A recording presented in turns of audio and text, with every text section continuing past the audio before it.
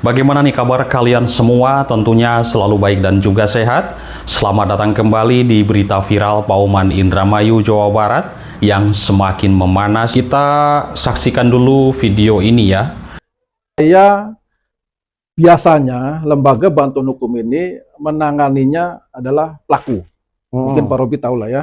Tetapi kali ini saya karena hati terketuk kepedulian, ya kan? Dan di situ ada bayi. Akhirnya saya sangat miris sekali. Makanya saya empati, peduli, dan mau menjadi kuasa hukum daripada korban.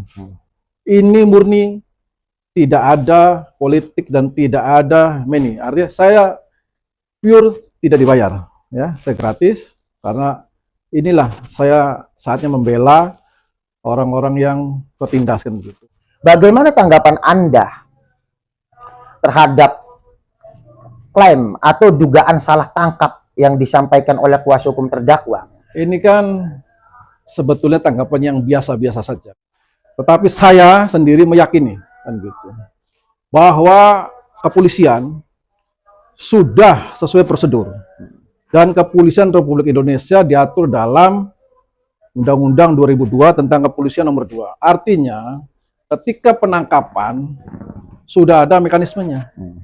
Ketika kuasa hukum terdakwa mengklaim tadi bahwa ini salah tangkap, saya tantang, ya kan? Saya tantang kuasa hukum terdakwa, Pak Tony.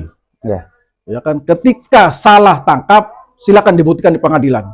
Nah, jadi di dalam video ini adalah Pak Heri Reang. Disitulah mengatakan, saya menantang pengacara Ririn Rifanto. Ya siapa lagi kalau bukan Pak Tony? Ini ramai sekali ya. Selamat datang kembali di berita viral Pauman Indramayu, Jawa Barat yang semakin memanas dan juga tidak tentu arahnya bagaimana. Kemarin jaksa penuntut umum tidak menghadirkan ahli digital forensik dan juga ahli DNA. Disitulah masyarakat kecewa. Kenapa pembuktian kok lama sekali? Padahal ini untuk demi keadilan kelima korban yang menjadi korban pembunuhan sadis di Pauman Indramayu, Jawa Barat. Bahkan kemarin juga keterangan penyidik dari Polres Indramayu adalah hanya sebuah dugaan. Adalah adanya keterangan Prio, berdasarkan keterangan Prio, katanya seperti itu ya. Waktu Prio mengakui, ya keterangan Ririn juga adalah sebuah fiktif belaka. Aneh bin ajaib kasus dari Pauman ini. Kemudian bercak darah itu ditemukan di kios ya. Nah, dan di situ di kios ada banyak bercak darah, namun di sini juga belum jelas karena kemarin ahli digital forensik dan juga ahli DNA tidak bisa hadir di persidangan. Lalu bagaimana dengan sebuah dakwaan dan juga keputusan dari majelis hakim terhadap kedua terdakwa ini? Ya, di sini agak berantakan juga ketika saya menyimak teman-teman ya. Apakah pelaku itu ada pelaku lain dalam kasus ini?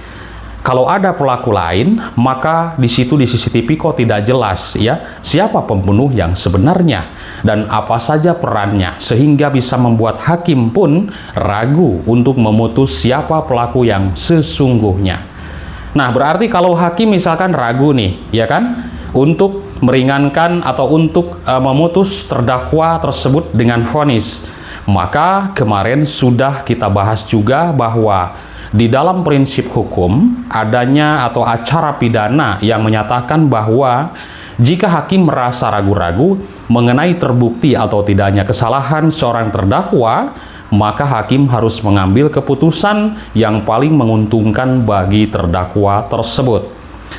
Di sini, kasus Pauman ini sudah menjadi perbincangan publik dan juga banyak percekcokan antara tiga kubu. Pengacara keluarga korban, pengacara dari Prio, pengacara dari Ririn. Peristiwa Pak Heri Reang di sini menuai ketegangan antara kuasa hukum dan kuasa hukum keluarga korban dan juga pengacara terdakwa Ririn, Pak Tony, dalam sidang kasus pembunuhan berencana satu keluarga di Pauman Indramayu ini. Seru teman-teman. Nah, saya sudah mencatat beberapa detail adalah ada perselisihan dan juga perkembangan terbarunya. Lalu apa penyebab sebuah ketegangan itu? Sidang sering sekali diwarnai kericuhan karena kubu keluarga korban begitu emosional terhadap pihak yang membela para terdakwa. Dengan Heri Reang sempat melontarkan kalimat pedas bahwa pembunuh tidak layak dibela. Perang argumen, adu ilmu di sana, adu bukti. Ya, kedua belah pihak saling membongkar bukti-bukti. Tony RM adalah pengacara dari terdakwa Ririn, pernah mengajukan bukti video untuk membantah keterangan dan juga alibi dari saksi. Sementara jaksa penuntut umum memutar video Facebook Heri Reang di persidangan kemarin. Sebuah dinamika terjadi di dalam sidang. Kasus ini mengalami babak baru yang cukup mengejutkan di Pengadilan Negeri Indramayu ini. Luar biasa ya, ini ada saksi mahkota atau terdakwa Prio, aneh bin ajaib, tiba-tiba mencabut kuasa dari Pak Tony RM dan juga berbalik memberikan kesaksian yang katanya sih jujur ya.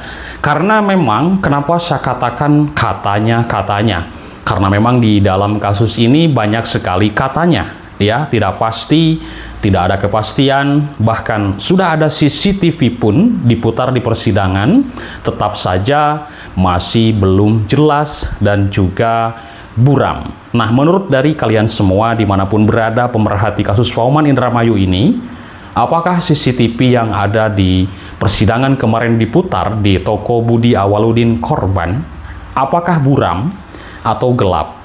Apakah di situ ada pergerakan 2 orang saja atau ada pergerakan 3, 4, atau 5 orang? Apakah benar yang dikatakan oleh Prio waktu awal-awal pemeriksaan atau penyelidikan kepolisian adanya Aman Yani, Joko Hardi, dan juga Yoga terlibat di sana? Ini sebuah pertanyaan besar kita semuanya. Kenapa demikian? Karena kemarin ahli digital forensik untuk memeriksa sebuah tayangan video CCTV belum datang dan jaksa penuntut umum belum menghadirkannya. Tapi kita tunggu, nanti lusa akan ada lagi sebuah persidangan pembuktian terakhir, babak final. Siapakah yang akan menang di sini? Apakah Ririn dan juga Prio akan bebas?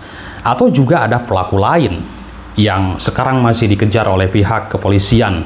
Apa yang dikatakan oleh Ririn Rifanto begini, Prio adalah pelakunya, Yoga, Hardi, Aman Yani, dan Joko. Nah, ini teman-teman, kita bertanya, dan di sini banyak komentar publik yang bertanya juga begini, kemanakah Aman Yani, Joko, Hardi, dan juga Yoga? Apakah dicari kepolisian atau tidak? Karena sampai sekarang kasus Pauman ini mencuat, tidak ada yang namanya Aman Yani, Joko, Hardi, dan juga Yoga muncul di persidangan. Bahkan sekarang kasus Pauman ini makin melebar kemana-mana. Itu analisis saya, ini melebar. Karena pembahasan itu di sini tidak dari satu belah pihak saja, tapi dari ketiga belah pihak. Siapa itu? Ya, antara Ririn, Prio, dan juga dari keluarga korban. Ini kan 3 kubu, ya, saling berseberangan. Kenapa? Nah, dari pihak keluarga korban menyerang terdakwa Ririn dan juga Prio. Dari pihak Prio menyerang Ririn. Ririn otomatis membela diri. Apakah nanti Pak Tony bisa membuktikan dan bisa mematahkan keterangan apa yang diakui oleh Prio? Yang menurut dari Pak Ruslandi sudah mengajukan yaitu justice kolaborator ke LPSK, Lembaga Perlindungan Saksi dan Korban. Karena ini berbahaya juga.